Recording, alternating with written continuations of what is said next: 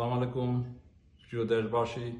কাজী জাফর আহমেদের সংগঠন জাতীয় পার্টি কাজী জাফরের পক্ষ থেকে আপনাদের অনেক অনেক শুভেচ্ছা অভিনন্দন।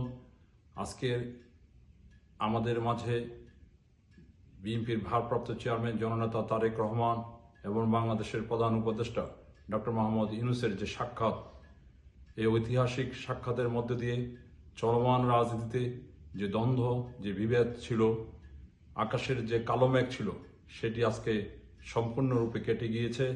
আমরা গণতন্ত্রের পথে অনেক অনেক দূর এগিয়ে গিয়েছি।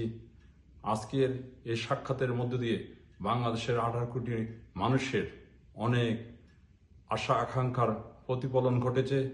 নির্বাচনের মুখী বাংলাদেশের জনগণের যে আশার আলো সৃষ্টি করেছে প্রফেসর ডক্টর মোহাম্মদ ইউনূস এবং জননেতা তারেক রহমানের এই সাক্ষাতের মধ্যে দিয়ে আমরা তাদের সাক্ষাৎকারকে অভিনন্দন জানাই এবং তাদের সফলতা কামনা করছি।